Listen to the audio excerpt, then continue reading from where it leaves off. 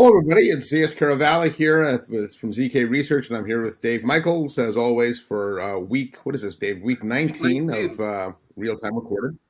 I like you're rocking the Biba shirt there. It's a throwback to the old days. For those who don't know. Another item from the Museum of Enterprise Communications, the Museum of Enterprise Communications. Yeah, and for those that don't know, Biba is actually the technology that became AWS Chime. And I remember the first time I tried Biba, the quality actually was outstanding. It was one of the best peer-to-peer VoIP systems I'd heard for a while. So that's a thumbs up on the old school stuff. Now, first up on the item today, it looks like the RingCentral World Domination Tour continues. This week they announced a partnership with Verizon. Right, so what does this add, Dave? So now Avaya, AT&T, Alcatel-Lucent, Vodafone. There's a whole bunch of them, right? Everybody just keeps falling into line with this. Now, this doesn't really replace anything Verizon has. They got a whole bunch of partnerships with a whole bunch of different companies. I think from a Verizon perspective, they just want to provide options for their customers. This is geared towards the large enterprise. Frankly, I think it's taken, I think Verizon's really, in fact, most of the telcos, I think, have been slow in the unified communication space. They all tried to build their own cloud calling platforms, but didn't really see the trend of, chat and video and things like that coming. So they've had to either, in Verizon's case, they acquired Blue Jeans and things like that. But this to me gives them, a really solid option to go to market with. It's great for Ring because the Ring brand. In fact, this product I think will be called RingCentral with Verizon or something like that. RingCentral with Verizon.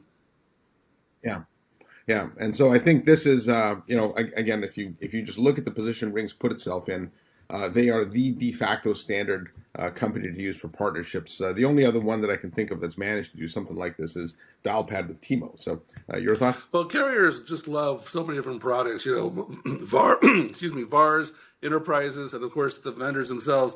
They love one product generally, but carriers like Verizon, they love everybody. They've also got their One Talk offer. You said this isn't a replacement. So they've got One Talk, which has got Cisco WebEx and the powering that. And they're also a big WebEx partner. They've also got Blue Jeans, so they've got a different video story. So they've got a lot of different products. They're positioning RingCentral with Verizon as a enterprise play. Most of those partners are positioning in RingCentral more as either a broader play or an SMB play. And so Verizon's got One Talk, and One Talk is actually a pretty nice service, but it tends to be a domestic service. It tends to be attractive with SMB. I think that's mostly because the way they go to market with it. I don't think it's a strong channel program, but they seem to sell that to the retail stores. So they're selling a lot of stuff here. I think that there's a lot of opportunity for overlap and confusion, but they're trying to be clear that this is a enterprise play, larger international play. One Talk's not international, and this is different actually than, say, the Unify and Alcatel-Lucent and Avaya offers from RingCentral, in the sense that because Verizon's a service provider and because they're going through the RingCentral Global Service Provider Program, that RingCentral is actually going to be doing the billing in this scenario, RingCentral is making a pretty big deal about it being a pure RingCentral. Verizon's making a pretty big deal about it being a pure RingCentral offer. But all of the RingCentral offers and partners sell a pretty much pure RingCentral offer because RingCentral doesn't allow much customization. So the main differentiation is enterprise, international focus. Yeah, it'll be curious to see if Verizon can parlay this into a bigger play for them because they do have a big 5G footprint as well. I know part of the T-Mo Dialpad plan was to allow T-Mobile to sell more of their that little 5G home appliance they have with bundled UC in it. And so from a Verizon perspective, they got a lot of really interesting piece parts. I just don't think that company's been very creative on how to sell it as kind of a combined solution. So we'll see if this does that for them.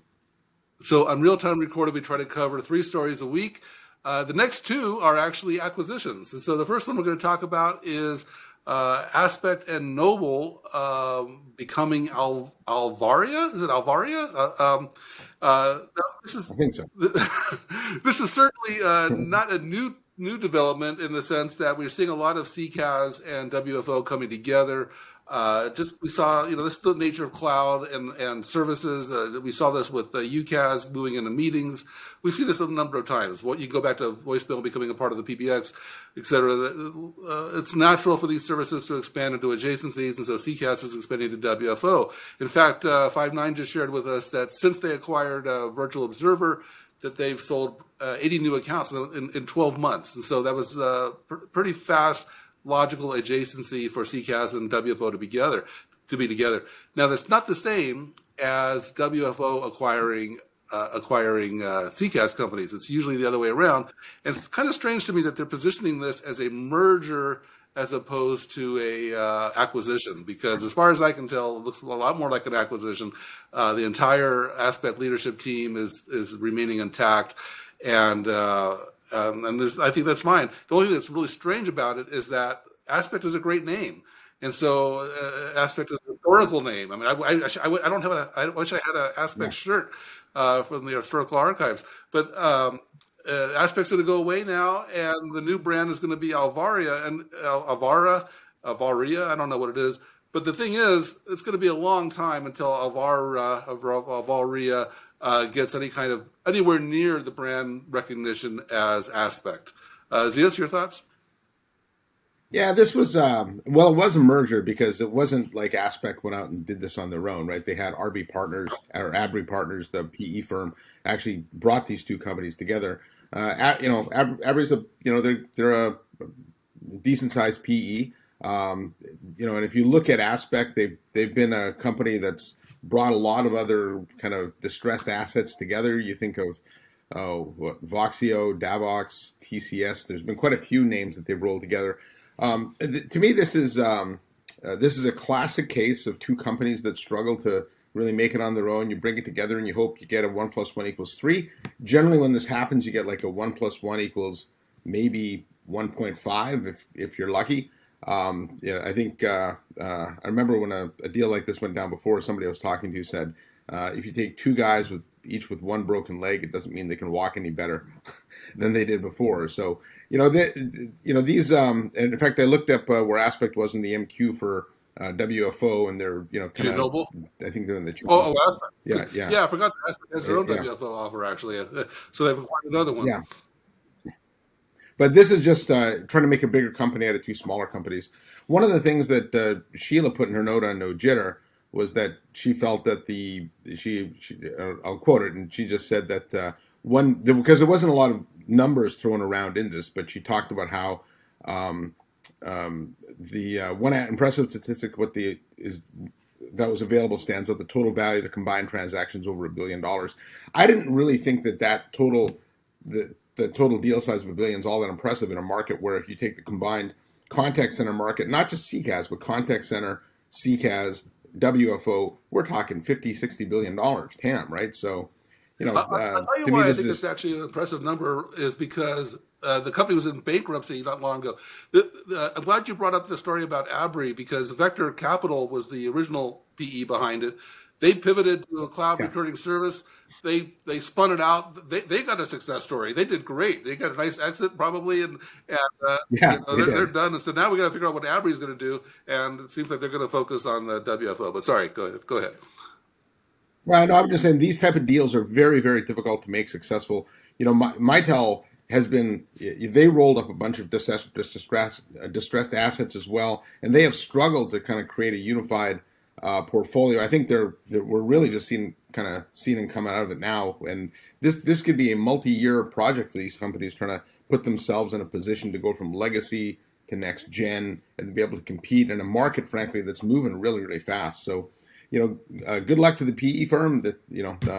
But this is probably something that had to happen. In fact, I think, Dave, we're likely to see more and more of these type of deals happen where you roll up companies. If you think even in the UCaaS, CCaaS space, there's a lot of smaller players in those markets that probably are going to struggle to survive on their own. Well, the standalone WFO market in particular is going to disappear as the industry moves towards CCaaS.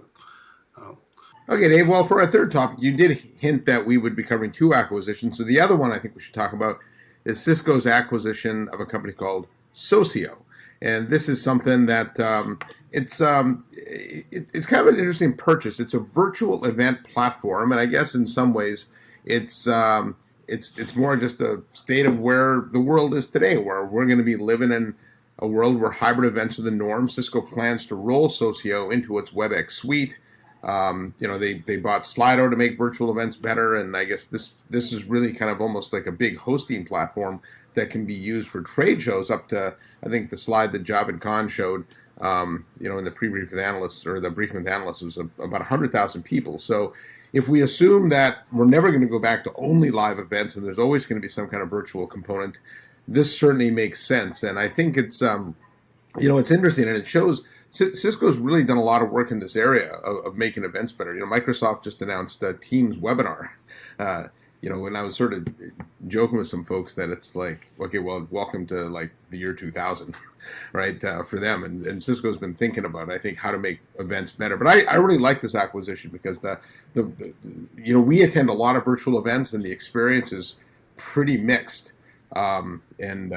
Very, very mixed. There's good events and bad virtual events. Yeah. My thought is Cisco is really moving quickly. I mean, we talk about Cisco a lot. I mean, Cisco, this is what they did. Babel Labs, they did IMI Mobile, they did Slido. Now they've acquired Socio. They're moving very quickly. They're pushing out updates very quickly. Their whole narrative right now is it's all about hybrid work, hybrid meetings, and now hybrid events. And I think to your point, events are different than webinars, and I've been writing a lot about the virtual event category. It came out of nowhere during the pandemic. It's a number of companies that are in this space, and none of the meeting companies have really embraced it. So I'm actually pretty pleased that Cisco is jumping into the event space. I think they can bring a lot to it because, like I said, like you said, there's a lot of virtual events, and a lot of them aren't very good. They're going to try to address how is it different than webinars. They're going to try to address things like ticketing, registration, in-event features, chat and audience participation, stuff like that, follow-ups, recordings, content distribution, a lot of stuff going on there. It's a fairly natural adjacency. So just like we were talking a minute ago about contact center expanding into workforce management, this is a fairly natural adjacency. I'm glad to see Cisco doing it. Meetings are definitely coming out of the meeting room. I mean, we're seeing this in lots of verticals. Healthcare obviously is getting a lot of attention. You talked recently about the legislate vertical, the courtroom going video. So absolutely, virtual events makes sense as a new vertical. And I'd like to see more meetings companies do this. I think Cisco's got a little bit of a first mover advantage here from the traditional meeting companies. Very logical adjacency. Well, that brings us to the end of week 19 for Real Time Recorded. Dave and I will both be back next week with week 20. So I'll see you then, Dave.